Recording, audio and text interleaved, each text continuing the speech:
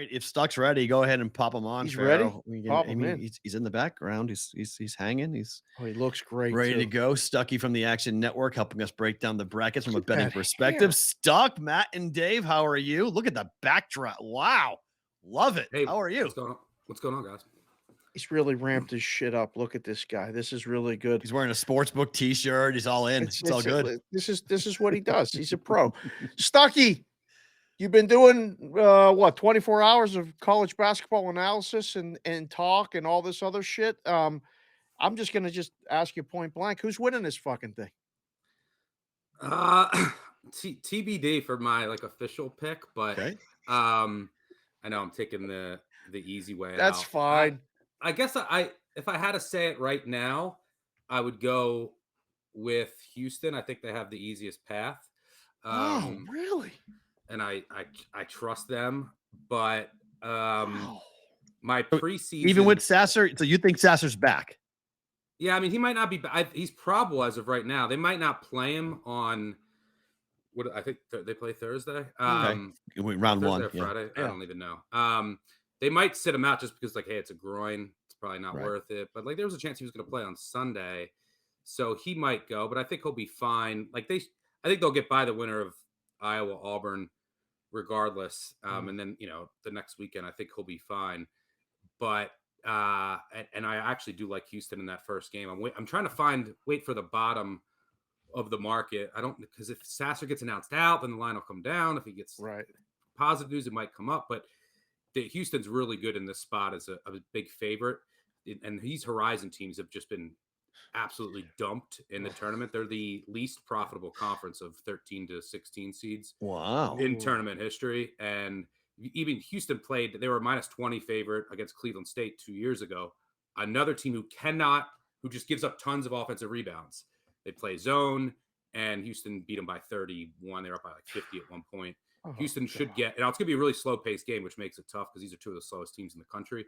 So possessions won't be there, but Houston should just, if they're missing shots, they're going to get every single offensive rebound Yeah. in this game. So it'll just be like a layup line, which will make it very tough for Northern Kentucky. But my pick before the season was TCU.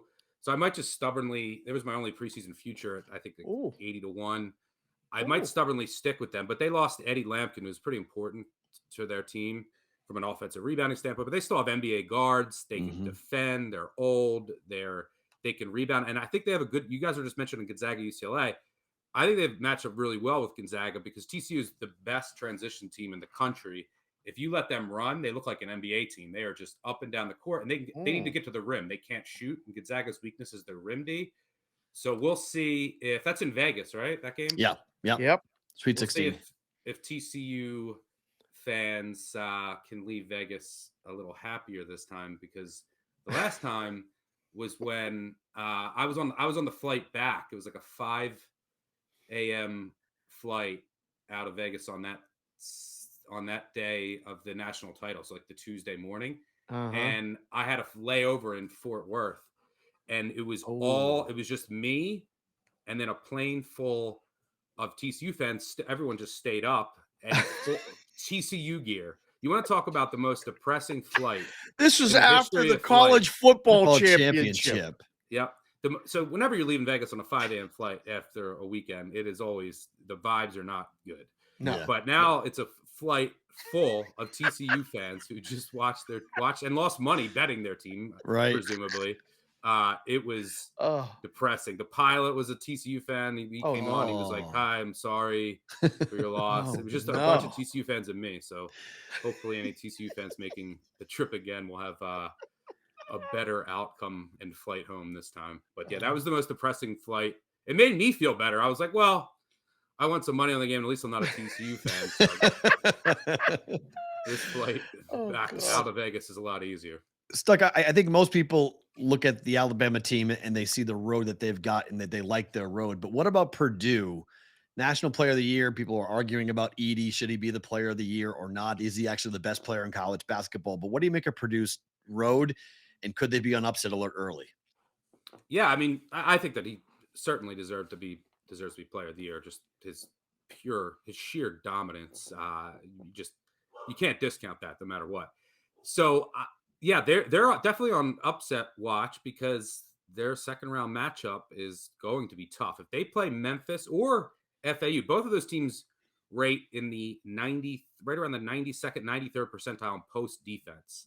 They have guys who can defend the post, and they have physical guards that can give Purdue's very young, raw, guys who are going to be good, Lawyer and company and Smith, but they need to hit the weight room. And you saw them struggle with Rutgers physicality.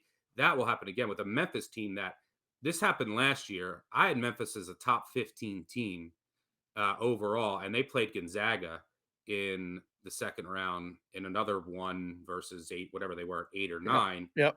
And Memphis took them right down to the wire. That could happen here again. The problem is from a bracket perspective and then if Memphis wins that game, I mean, Kendrick Davis, their point guard, and the amount of talent that they have, Williams and company, just sheer athleticism and talent all across the board. They're peaking at the right time. It's a team that can make a run to the Final Four. If you're filling out a bracket, do you want to have a team going to the Final Four? Now, these are the risks you have to take, especially if you're in a bigger pool. But it's risky if you want to have a team going to the Final Four that is a 2-point favorite in the first round. So, I mean, that's certainly not that's not a cakewalk for Memphis. That'll be an outstanding game. FAU is very good, very athletic, very deep. So that I think will be one of the most entertaining games of the first round, FAU Memphis. I do think Memphis ends up winning it, but I'm not overly confident. So that's going to be, there's always that, conundrum in the bracket. It's like, all right, I think if this 8 seed gets to the 1, they're going to beat the 1. That's on my bracket, but I'm not positive that the 8 beats the 9. So, yeah, that's something I'll wrestle with in my bracket over the next day or two. Listen, Sergey. Okay, that's a little inside joke between him and I, but that's his spy name, Sergey. Kentucky, 4-point favorite. I mean, you obviously have a self-interest in Kentucky, because you need to get the whole weekend extended for the joints and stuff back there, but Kentucky -4 against Providence. We got a lot of people on the show in the brigade that watch the show that have listened to us try to make a case for Providence. Not this year. On Providence. Not this year. This is going to be bad for Providence, is it not? I have no idea. I have no idea what to. I mean, this Providence team's been sinking fast. Analytically, they just don't look great, and they almost missed the tournament. But they have Ed Cooley's great as an underdog historically. Bryce Hopkins, Kentucky transfer. Bryce Hopkins revenge game. A lot of people say he's super talented, and you just never know what you're going to get with this Kentucky team. They're super talented. They forget to defend sometimes. I don't know. And no result. They're the team that I was looking forward to the least in the bracket. Oh, and it turned out that way because it wouldn't surprise me if they made a run to the Final Four. It wouldn't surprise me if they lost to Providence on Friday night. I really hope that they do at least win, get the Sunday. I'll have a nice, huge Sunday fun day here in Lexington, which will be an absolute zoo. But I don't know. They're allergic, and it sucks for my wife, who runs 2 bars here, and they're allergic to the weekend. Last year, they lost to St. Peter's on a Thursday night. Right. I had a couple kids. Peacocks. Yeah. A couple kids drive here from North Carolina. They're like, I want to experience a weekend with Stuckey at your bars in Lexington. And I was like, yeah, let's do it. They drove here Thursday night. By the time they got here, St. Peter's had beat Kentucky. Wow. We went out on Saturday night, and it was raining and cold, and it was St. Peter's Murray State at 8:30 at night. It was horrifying. And then the SEC tournament, they play on Friday. Hey, we'll get a Saturday game. Nope, they lose to Vanderbilt. So I'm just praying, and it's just such a huge boost to the bars. If Kentucky wins, it's all anyone cares about in this entire state, and especially in Lexington. Everyone comes out. It is just awesome. But man, we're starving here for a tournament win. I can't give you. I have no idea. I will not bet that game. Okay. I have no money on it. Okay. I will probably have Kentucky advancing in the bracket, but I don't feel great about it. Okay. I would never lay points to this team. They're way too inconsistent. Yeah. Stuck. Let me give you 3 teams that are becoming these, whatever you want to call it, trendy dogs, teams that make runs. Oral Roberts, Kent State, Charleston. Can either of those 3 teams make runs? Yeah, no, a good point to remember here is that like teams do become trendy like in our world, but there's like a couple people that will talk about a team on like Sunday night and then everyone jumps on board. We live in a very small world compared to like the entire betting landscape. Yes. So you got to remember that like just because you're seeing a bunch of people on Twitter, then everyone is, it's kind of an echo chamber in a way for big events, that it's a very small sliver of all of the bets that are out there. So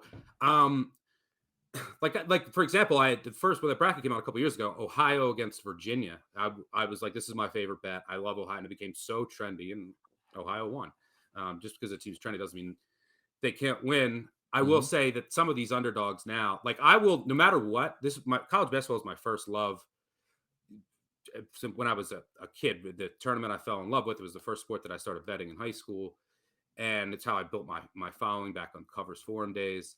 I will bet I will fire at the tournament, especially the first 2 days until the day I die. I don't care if I have an edge or not. It's a betting bonanza. That's what it is, and it gets harder every year.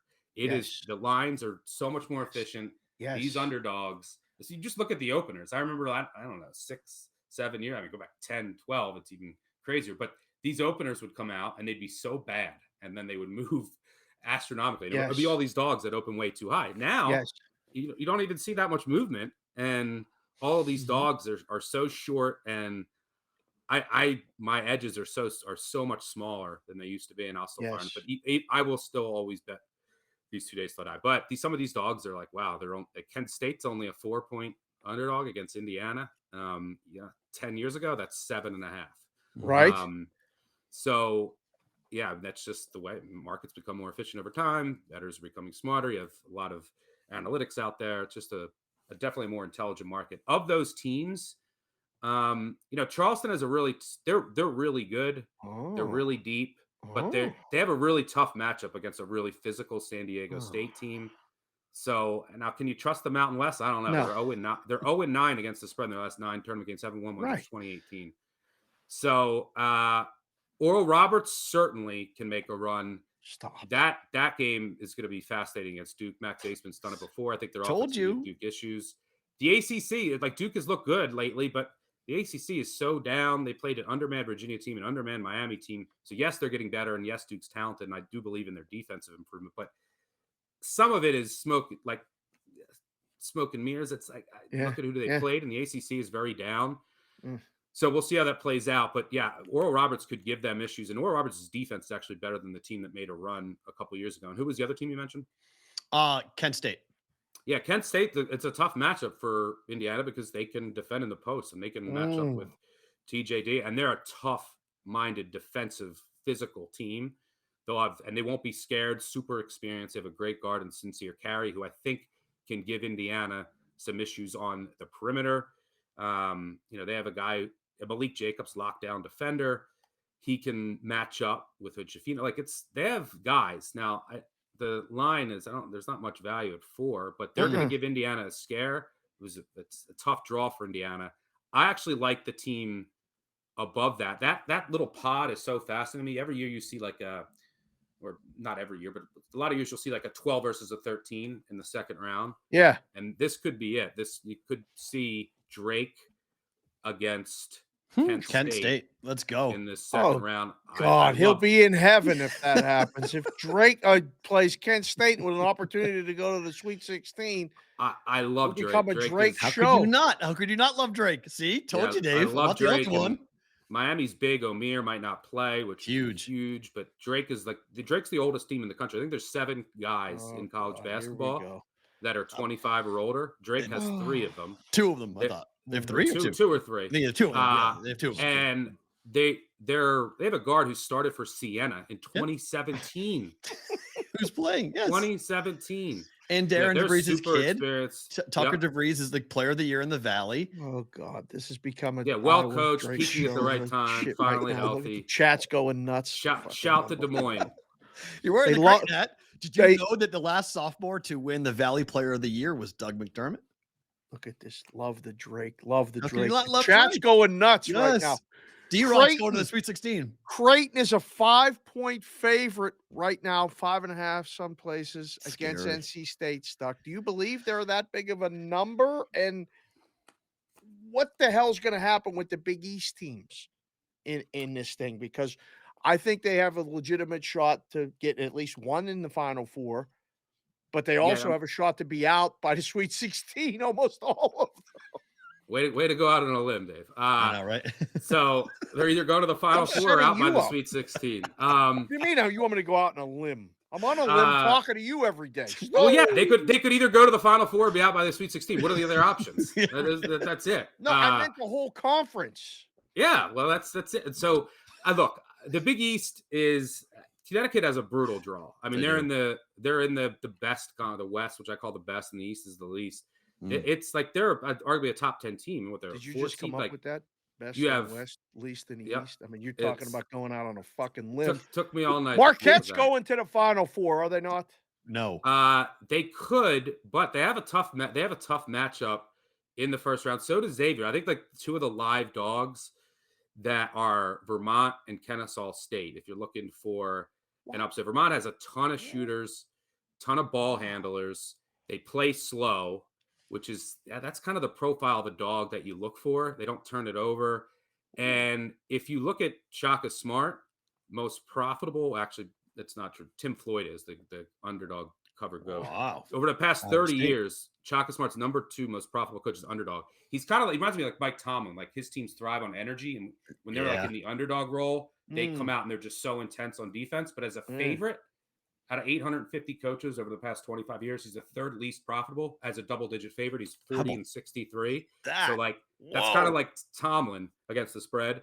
So yeah, I think Vermont is potentially live. Kennesaw State has the offense to hang. Iona's defensive pressure could give UConn issues, but I think UConn eventually will have too much size in that matchup. Right. So they have some intriguing. I think one of them is going to slip up in the first round. Oh. But I think Marquette. It's not Creighton, is it? No, I actually like the matchup for Creighton in the first round. They're playing NC State. They're playing an NC State team that can't defend, and they, they're big man. NC State's not going to get Kalkbrenner moving, and if you can get him moving, that's when you can get Creighton's defense. But there's I mean, we're talking. It looks like the letter of 10. We have a very round big man and a very thin 7-footer. That matchup's going to be so fun to watch. Weight discrepancy is like literally 300 pounds to 200 pounds. It's like 100-pound weight difference between the bigs and NC State and Creighton. Yeah, NC State is a kid, Terquavion Smith, who could just go bonkers from 3. If he's hot, he can go for 35, which could always happen. But NC State can't defend Creighton. They want to press. They press about a third of the time, one of the highest rates in the country. Creighton grades out 99 percentile against the press. They have too many ball handlers. It's a bad idea. Can't press them. So I think it's a bad matchup for NC State. I would look at Creighton there, and I safely have them advancing the first round. And they can certainly make noise. If it's Baylor in the second round, though, Stuck, I'm a Creighton guy, so I've looked at the draw. I think Baylor could get passed into the second round. I know they maybe get tested a bit, but isn't it a horrible matchup for the Jays? If the NC State's a good matchup, isn't Baylor a horrible matchup for Creighton? Yeah, I mean, there's something off with this Baylor team. Now, look, they have the pedigree and they have the guards, which plays in March. And this is a team that, won it all a couple years ago. And they have some guys on that team that did. And guards play in March. But they're like, if you look at their defensive metrics, they jump off the page. There's something wrong there. They can't defend at the rim. And their defense is just so out of sorts, which is not what you want against Creighton. Mm-hmm. So, yeah, Baylor, I look for certain teams that have like red flags. Like if you look at some of their, adjusted offensive or defensive efficiency, and if a team like Baylor, I think is outside the top 100, that's a red flag. It's like the Iowa defense always ends up biting them in the first round in the tournament again, probably will this year. But there's certain teams that have, some of the offenses out there are really poor, which you just can't have a fatal flaw. And that might be Baylor. So, Creighton might be able to I think Creighton's going to get by Baylor. Whoa, I love it. Sweet 16. God. Let's go. Goodness gracious. What, Dave, who do you have winning it? Do you have No, I don't even look at a bracket. Dave said this morning, Stuck, as we're coming on for the Monday after Selection Sunday. Dave said, I haven't looked at a bracket yet. Good show prep, Dave. I didn't look at a bracket. I never do. I always look at the odds and stuff. I like Texas, Stuck. Yeah, I think Texas has been one of the best teams all season. And I think the Big 12 comparatively, quantitatively, whatever it is deeper So I think they've played more games against upper level opponents. And I like their setup in their bracket. So Texas has been a team that I've been kind of sneaky, just been on and on and on. I loved them Saturday against Kansas. Am I wrong in thinking that that's the team to beat out of the Big 12?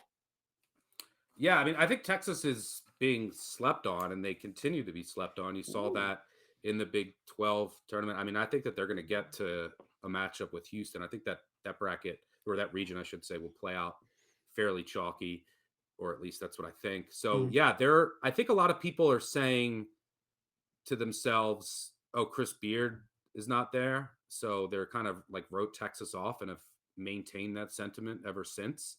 And Texas, look, if you look historically, teams that win it all, that have won it all over the past 20 years, like you got your adjusted offensive and defensive efficiency, the old Ken Palm formula Mhm. has to be. If you add them both up, they have to be under 50. There's only a handful of teams that Right. applies to this year, and Texas is one of them. Yes. They have the guards. They are tough. They can play in the half court, which you sometimes worry about teams that are uber reliant on getting out in transition and playing faster games, because a lot of times in the tournament, especially as we get into the later stages, these games turn into more of a half court grinder. Yes. And Texas is extremely comfortable there. They're very experienced. They can make tough shots. They're good in the post now. They have a couple guys. I mean, Dylan Disu has been playing amazing, and they have, if Marcus Carr is making shots, the team is damn good. Before you joined us, we were talking about it. Can you believe that? I mean, like, say they make a run at least to the Final Four. You're in Lexington. Is Cal gonna go to Texas? Like, is that a legit thing? Could that actually happen if all this happens? Well, I don't know. I mean, if they make a deep run, I think maybe you have to bring Terry back. I don't know. I think Cal will have one more year with the class he has coming in. Okay. All right, that's good. If they don't, like, if they lose in the first round the next Oh, 2 years, then he might go. But I think he's gonna, regardless of what happens, he'll be back next year. Okay. okay. I All right. think that's how I think it'll play out. But yeah, I'm like, if you look at Texas, their path is pretty favorable. I think Xavier, who doesn't have a really key player in Zach Fremantle, they lost him. Iowa State, I'm not a believer in their offense. And then Texas A&M, they're fairly limited offensively as well. Can Penn State beat them? Yes, yeah, absolutely. A Tell great, it, Stuck. great matchup for Penn State. So Texas A&M, here's how they score. Really? I didn't think that They was get offensive rebounds, they force turnovers, and they get to the line. Penn State never turns it over. Great on the defensive glass, and they never ever foul. And then on the other side, Texas should foul A&M, more. very aggressive defense. That they go under screens, they overly help. They give up one of the highest 3-point attempt rates in the country. Well, that works in the SEC. Nobody can shoot in the SEC except Alabama, and you just saw what Alabama did when they were making Right. threes against Texas A&M. That works for Texas A&M because you're playing all these teams that cannot shoot in the SEC. I mean, there's Mississippi State, I think, who's in the tournament, is dead last in the country at like 26% Yeah. from three, which is horrifying. But no one could shoot in this. I mean, Arkansas is pitiful, so that works. But now you're playing a Penn State team. There's 5 shooters. They shoot Got threes at a top shooters. 10 Yeah. rate, and they Yeah. make them at a top 10 rate nationally. This So they're sounds going to get a lot of fantastic. open looks from three, and they don't foul, they don't turn it over, and they get on the defensive glass, and they also get back and don't let Texas A&M get the transition. Well coached, 2 great coaches in this game. Yeah, I like Penn State as look, they're going to a 10 seed that could have a little magic here. It wouldn't be an easy game for Texas, but I think Texas would get through it. Interesting. Stuck, we enter this.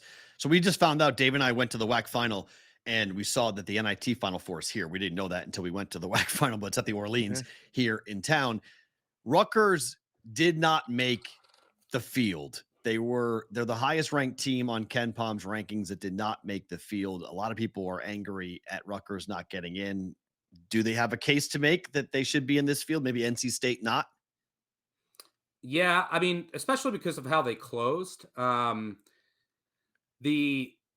think they lost the Temple on a neutral court, earlier this season, and I think that probably ended up costing them. But they played without two of their best players in that game. They also lost another key player down the stretch, which maybe that cost them. But yeah, I would have taken Rutgers over NC State, but from a entertainment perspective and watch point of view, I mean, no one needs to see the Rutgers offense in the tournament. So we got a much like NC State Creighton will be fun to watch. And then whoever Rutgers was going to play would we probably could have bet the first half under or something, but it's I think, but yeah, it'll be interesting to see. The NIT is fascinating to bet.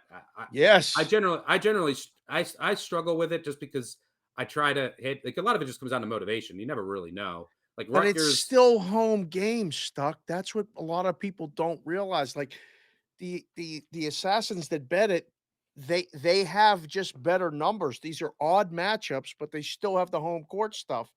I think there's advantages to betting this stuff, isn't there? yeah, there certainly is, and it's not as visible, for lack of a Right. better word, market right now this week. Like Michigan, but Michigan, you could argue like this Michigan was really close to the tournament. Do they care? They're playing at home. They're playing a Toledo team that was a 1 seed again. The team hasn't made the tournament since the 80s, and they came up short again on Saturday. Now they're going to Michigan. The last 2 years after they failed as a 1 seed in the MAC tournament, they shit the bed in their first game in the NIT, and I think maybe the CBI. Right. Bunch of seniors. They're playing at Michigan. I don't know if Michigan necessarily cares here. Toledo's also playing its 4th game in 6 days. Doesn't have a bench, and they play fast, which might be tough. But I think that they Sounds like match up Michigan well with Michigan. But I How don't about know. NC State? How about North Carolina, though? I mean, national champs to the NIT. They said no, thank you too, right? Yeah, they're not in the. Are they in the field? Did No, they? they said- Oh, they decline the NIT? They declined it. Yeah. Oh wow. Hubert Davis said we're not coming. Speaking of coming, are you coming to Vegas? That would have been for the an easy championship? fade. You coming to Vegas? Depends on if I have to do an event somewhere in a legal state, but I will be there shortly over the next month or so. I was going to come for the next weekend, but I'm doing an event in Hoboken. Check out actionnetwork.com. It's free drinks and a Mad Hatter in Hoboken. Maybe we'll come there. The hell with that. Maybe we'll just come there. Can you hook us up? Everybody wants us to hook them up when they come here. There's nothing for most bars. Everything's free, so yeah. I will make an exception for you. People guys. Follow you at Stuckey too to find out more about that. Where should they go for that? Yeah, it's Stuckey2 on Twitter. You go to actionnetwork.com for the details on the view party. You just RSVP to the link, and that's all you need to do. Everything's free. And then, Big Bets on Campus podcast. We have myself, guys from the 3-man weave. We'll have a ton of content out there. Did you have Root on there? Of course. Yeah, we did. We did a show last night after the bracket. Who'd Root pick to win it all? Houston, actually. Oh, wow, you guys are on Houston. Oh, you guys got to go listen. I don't know if I'm I'll Houston. listen to it later. I haven't done my Final Four is. I'll lock that in on probably Thursday morning. So I don't know, but Houston's good, has a good path, and they're very trustworthy. As far as like a team that I don't think will get upset early on. You're trustworthy. Thank you for joining us. Thanks, man. Appreciate it. Enjoy the first couple of games. See you, brother. Have a good one, guys. Enjoy the madness. Stuckey at Stuckey2 from the Action Network joining us here.